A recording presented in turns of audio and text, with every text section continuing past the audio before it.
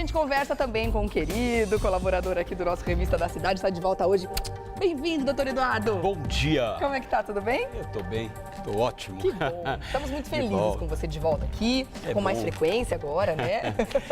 Vamos ver até quando, mas de qualquer forma, tô de volta.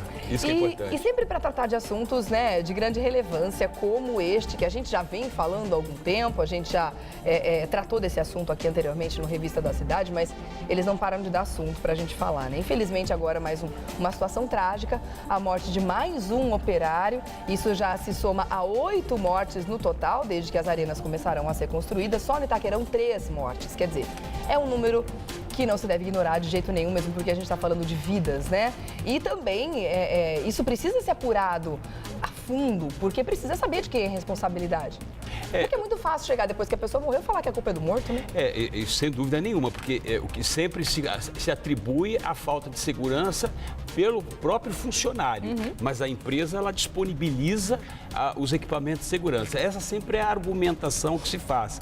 Entretanto, você tem toda uma logística, né, para poder fazer um determinado trabalho que tem riscos, né, que é o caso da montagem, né, com esse operário que faleceu, que morreu no acidente, caiu de uma altura de 15 metros, segundo informações aqui da polícia, informações daqueles que foram ouvidos.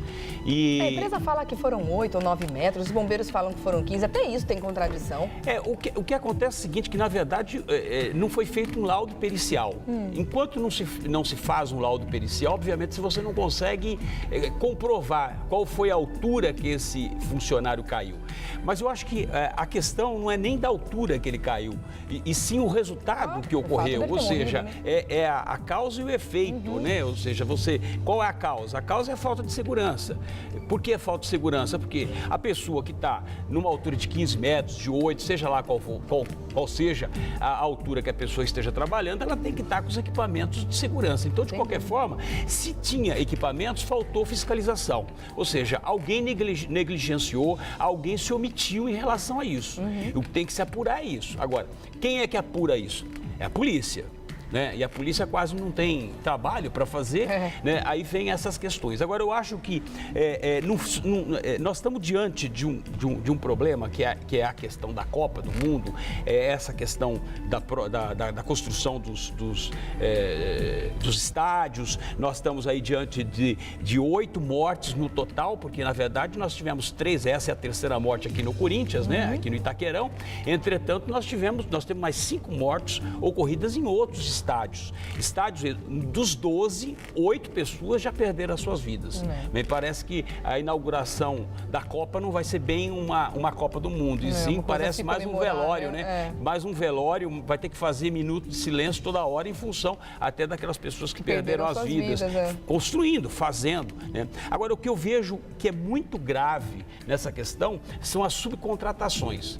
Tanto é que esse funcionário que faleceu agora por último, ele era funcionário de uma subcontratada da Odebrecht. Não é da Odebrecht. Não é da Odebrecht. Esse é o grande problema, ou seja, ganha a licitação e repassa esse trabalho. Isso é muito sério, é muito sério. É muito comum acontecer isso no Brasil, muito comum. A pessoa simplesmente, as grandes construtoras, elas ganham as grandes obras, as grandes licitações, e aí o que ela faz? Ela vai fatiando isso. Ela dá um pouquinho aqui, um pouquinho aí, vai subcontratando. Sublocando, digamos assim, a partes da obra. Mas aí a responsabilidade também não recai sobre ela indiretamente ou diretamente? Na verdade, recai sobre todos aqueles que estão envolvidos, subcontratados ou não, são responsáveis, ou seja, desde aquele que está sendo pago, porque o governo paga para quem ganhou a licitação, que é no caso aí a Odebrecht. A Odebrecht paga para essa subcontratada e assim funciona, ou seja, é uma cadeia, né? Então, esse que é o problema, ou seja, você apurar e aí não se chega à apuração, porque sempre alega a negligência do funcionário. Né? Mas um funcionário que se encontrava numa altura dessa, eu repito, de 8 ou 15 metros, não importa, ele tinha que estar com o sistema de segurança.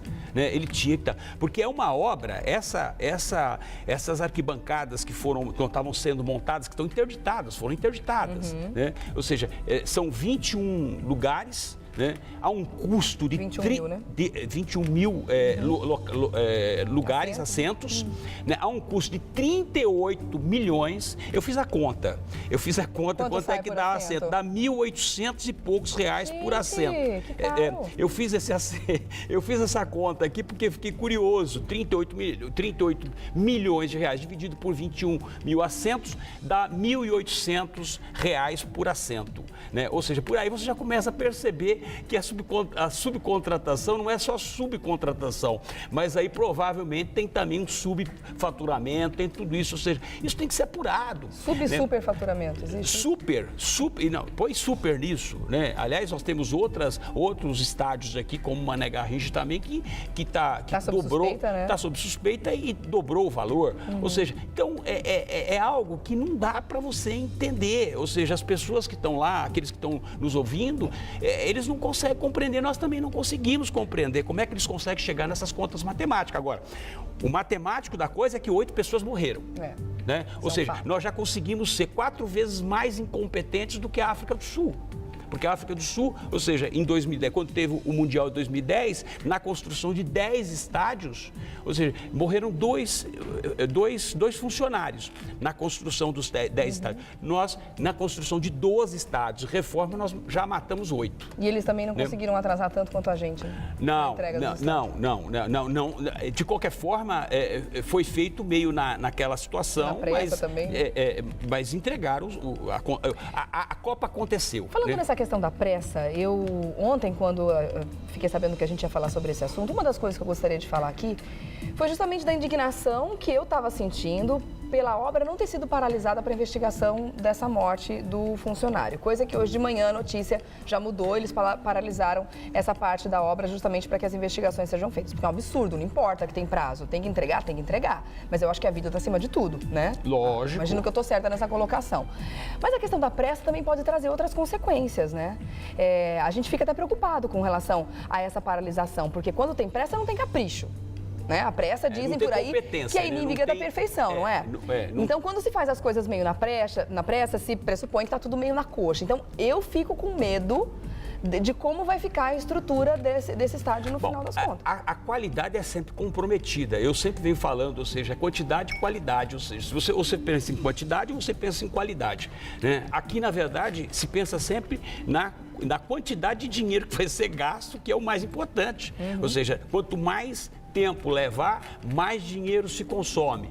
Então a impressão que dá é exatamente essa, ou seja, vamos empurrando isso, vamos levando. Tudo é muito demorado no Brasil. Ou seja, a gente não consegue ter uma eficiência, a gente não consegue ter uma competência. Nós não somos competentes em nada daquilo que nós tentamos fazer.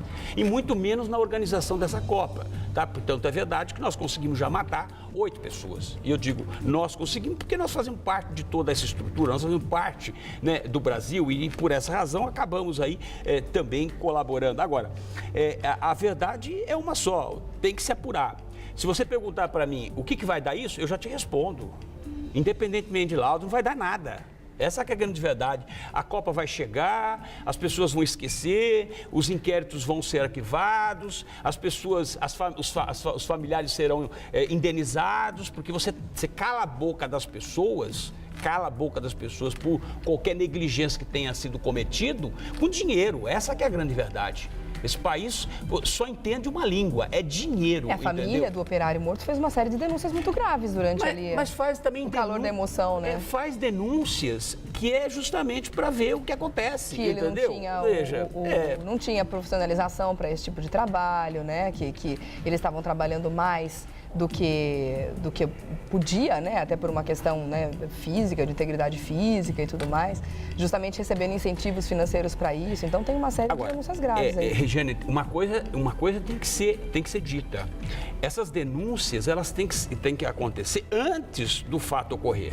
Depois que ocorre. Depois que ocorre, aí eu me arrependo, ou seja, o arrependimento tardio, o arrependimento já não é mais eficaz. Então, neste caso, é o que acontece, ou seja, os funcionários também se submetem a trabalhar em condições subhumanas, essa que é a grande verdade, se submetem a isso, ou por necessidade, ou seja lá, por qualquer razão.